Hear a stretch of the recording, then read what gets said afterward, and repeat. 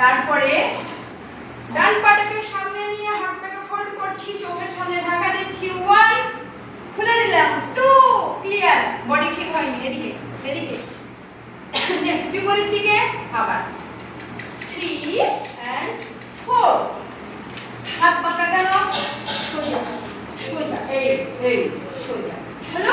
তারপরে 1 2 3 4 আবার 1 2 3 4 5 6 7 8 1 2 3 and 4 5 6 7 8, এটুকু বুঝতে পেরেছি। তারপরে 1 দেখিয়ে দিলাম আকাশের দিকে, মার দিকে নয় আকাশের দিকে।